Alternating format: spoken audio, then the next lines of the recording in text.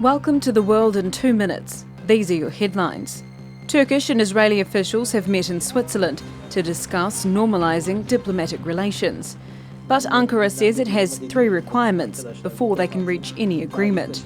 President Recep Tayyip Erdogan says Israel has fulfilled one of them by apologising for the Mavi Marmara incident. It happened in 2010 when the Israeli Navy raided a Turkish aid boat, killing 10 activists and injuring 30 others.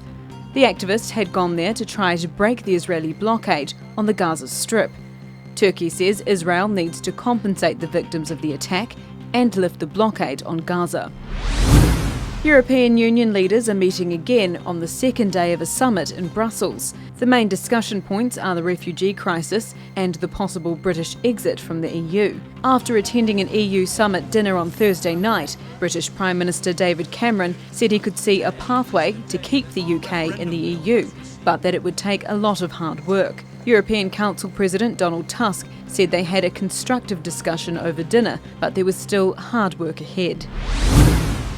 Rwandans are voting on a constitutional amendment that would allow President Paul Kagame to seek a 3rd term in office. Rwandans living overseas were able to cast their votes a day before Rwanda heads to the polls on Friday. If the amendment is approved, Kagame could remain in power until 2034.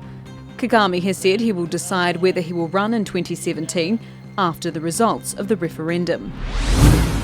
Pope Francis approved a decree that attributes a miracle to Mother Teresa on Thursday. It paves the way for her sainthood, but no date has been set for the canonisation. Mother Teresa, also known as Blessed Teresa of Calcutta, founded the Missionaries of Charity Order.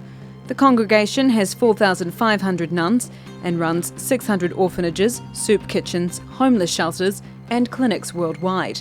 Mother Teresa was awarded the Nobel Peace Prize in 1979. Thanks for watching. TRTworld.com, Istanbul.